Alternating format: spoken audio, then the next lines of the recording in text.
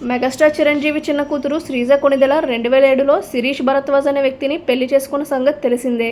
కాగా పెళ్లైన తర్వాత కొంతకాలం కలిసి ఉన్న ఈ జంట నివృత్తి అనే పాపకు జన్మనిచ్చారు.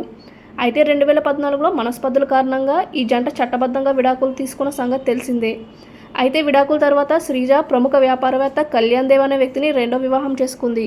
2016లో శ్రీజ కళ్యాణ్ దేవ్ వివాహం బెంగళూరులో అంగరంగ వైభవంగా జరిగింది. ఈ జంటకు కూడా నివిష్క అనే పాప పుట్టింది.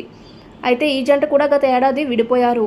అలాగే శిరీష్ భరద్వాజ్ కూడా 2019లో రెండో వివాహం చేసుకున్నారు. వివాహానంతరం బీజేపీ తరపున రాజకీయాల్లో కూడా చేరి చురుగ్గా ఉన్నారు. అయితే ఇప్పుడు శ్రీజ మాజీ భర్త శిరీష్ భరద్వాజ్ మృతి చెందారు. శిరీష్ భరద్వాజ్ గత కొంతకాలంగా లంగ్స్ డ్యామేజ్తో ఇబ్బంది పడుతున్నారు.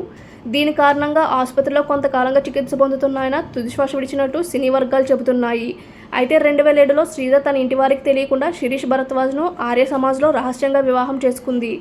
అయితే 2014లో విడాకుల అనంతరం వీరికి పుట్టిన పాప నివృత్తి శ్రీజ దగ్గరే ఉంటుంది.